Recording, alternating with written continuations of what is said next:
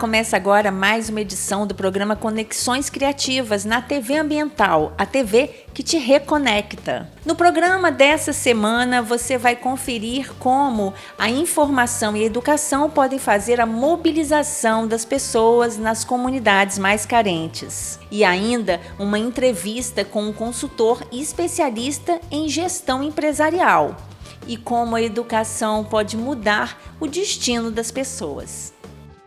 No momento que estamos vivendo dessa insegurança toda com a pandemia, o empresário e palestrante Lucas Fonseca aponta que o melhor caminho é olhar para frente, olhar para o futuro, pensar em saídas, visualizar um mundo melhor.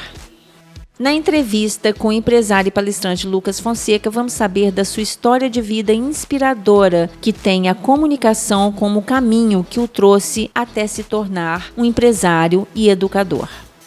O maior patrimônio que os jovens podem usufruir neste momento é sonhar cada vez mais, acreditar mais na sua capacidade de imaginar um futuro. Se nós olharmos somente para o presente, os jovens também experimentam esse desafio, começa a faltar argumentos para vencer e para alcançar seus objetivos. Mas eu convido todos os jovens a olhar ainda mais para o futuro e imaginar: que futuro eu vou escrever? Quais comportamentos eu tenho hoje que vai contribuir para que esse futuro que eu desejo eu consiga realizar? Então, o conselho que eu dou para os jovens hoje é olhar para o futuro e imaginar quem será você no futuro. E aí já vem a grande reflexão. Quando você começa a imaginar quem será você no futuro, você precisa mudar o seu presente. Porque se mantivermos os mesmos comportamentos, teremos sempre os mesmos resultados. E foi assim que você estabeleceu a sua caminhada, né? Você que tem uma história de muita superação, foi desse modo, olhando para o futuro? Na verdade, olhar para o futuro é a única saída que eu tinha. Quando eu olhava para o presente, era muito desanimador, era muito sem referência, as pessoas não estavam acreditando naquilo que eu buscava em algum momento. Então eu usei até como uma técnica, o que me movia naquele presente que agora é passado, árduo, de desafio, de superação, era exatamente criar o futuro. E o que mais me deixa realizado hoje, que me fez realmente encontrar o meu propósito, é quando eu olho para o meu atual presente, eu vejo que eu estou vivendo aquela vida que eu sonhei lá no passado. Então por isso que eu falo para vocês que estão assistindo que é importante você idealizar o seu futuro. O primeiro lugar que acontece a realização do seu projeto, do seu objetivo, da meta que você almeja, é na sua mente. Então nós estamos hoje vivendo a adversidade, o presente está desafiador, mas qual será o futuro? O que eu vou fazer nesse futuro? Então olhar para o futuro, além de dar a gente, dissociar a gente daquele momento desafiador do presente, dá a gente a consciência. Eu preciso mudar agora, eu preciso continuar andando, eu preciso ter clareza do que eu quero lá para você caminhar ao encontro do seu sonho, não atrás do seu sonho.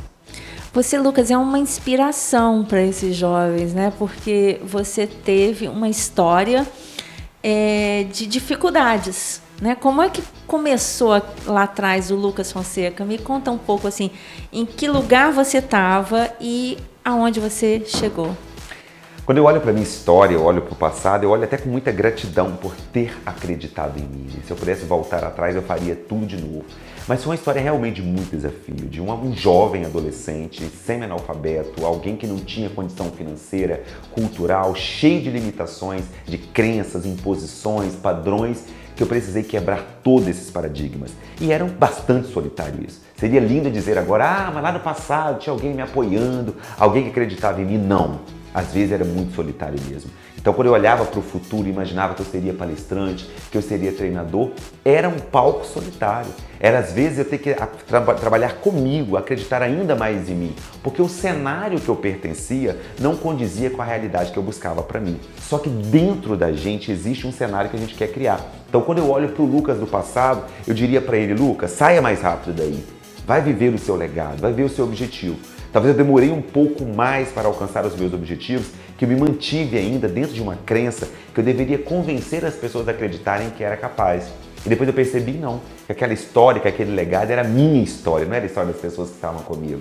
Então é importantíssimo, quando eu olho para o passado, de todas as superações que eu enfrentei, de tudo que eu vivi, mas dentro de mim tinha aquela luz acesa, que eu seria quem eu sou hoje. Lucas, conta um pouco dessa história. Você tinha 17 anos, em que lugar você estava? Aos 17 anos eu estava no interior do Espírito Santo, numa cidade que tinha muito cafeicultura, agricultura, uma cidade com muitos desafios, uma limitação não somente financeira. Então com 17 anos eu me via semi-analfabeto, eu tinha o básico da educação que a minha mãe havia passado para mim, eu não tinha acesso à televisão, eu não tinha acesso à energia elétrica. Volta e meia, quando algum amigo meu comenta sobre um desenho que passava na Globo, TV Globinho, eu nem sei o que é isso, eu não tive isso na minha infância. Então é importante entender que a gente pode sim escrever a história que a gente quer escrever, mas falando ainda da minha história, foi uma história de muita superação, de às vezes não ter motivos externos para buscar o que eu queria, mas o que mais me moveu a acreditar era a necessidade de sair daquela realidade. Então a realidade de alguém que não tinha acesso à educação formal, alguém que só conseguiu fazer o ensino fundamental e médio a partir de um supletivo, né, na modalidade EJA, vocês já devem ter ouvido falar sobre isso, que eu estudei, dediquei, qualifiquei, saí de casa, fui morar de favor na casa de uma tia minha, passando por muita dificuldade, mas ali começou a minha história. Quando eu fui para a minha primeira graduação, que eu não tinha talvez, eu não sabia direito o conhecimento básico, mas eu sabia muito bem o que eu queria. Por isso que a dica que eu deixo para vocês, tenha certeza da clareza do que você quer.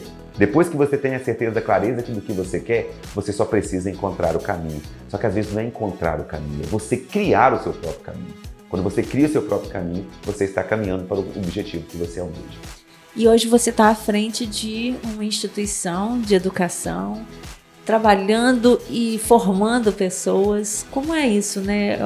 Realmente é vencer, né?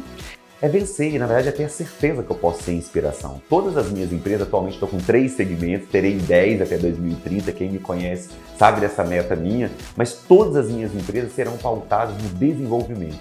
Por que eu crio empresas para desenvolvimento? Seja na área da educação, com graduação, pós-graduação, desenvolvimento humano, consultoria, que são os 3 segmentos que eu represento, porque é como se eu pudesse dar para as pessoas aquilo que eu não tive.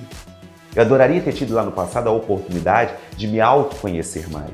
Eu adoraria ter tido a oportunidade de receber uma consultoria, ter tido pessoas boas ao meu lado, que me apoiassem quando eu mais precisei. Eu adoraria ter tido acesso a uma faculdade com uma mensalidade com um preço mais justo, que fosse adaptado à realidade que eu precisava. E aí a educação não é o melhor caminho. A educação é o único caminho.